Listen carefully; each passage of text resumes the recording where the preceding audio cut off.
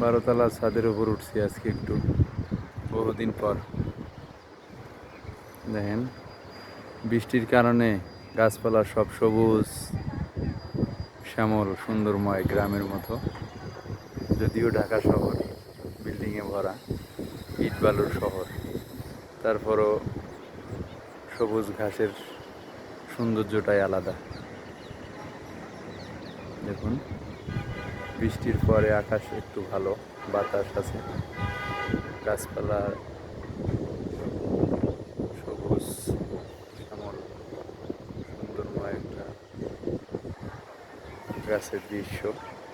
দেখুন পাশে এটা হলো খেলার মাঠ।